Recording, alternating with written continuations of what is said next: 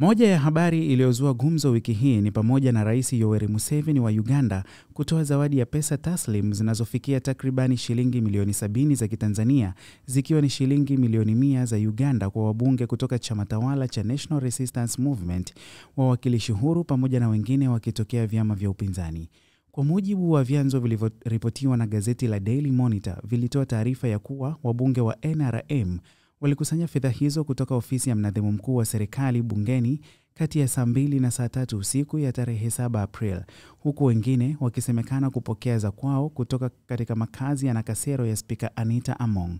Chanzo hicho kilizidi kufichua kuwa pesa hizo zilitolewa kama ishara ya shukrani kutoka kwa rais, akiwapongeza kwa tabia njema kama njia ya kuwatunza wabunge waliokuwa wanapitia matatizo ya kifedha. Alipotafutwa ili kutoa maoni yake,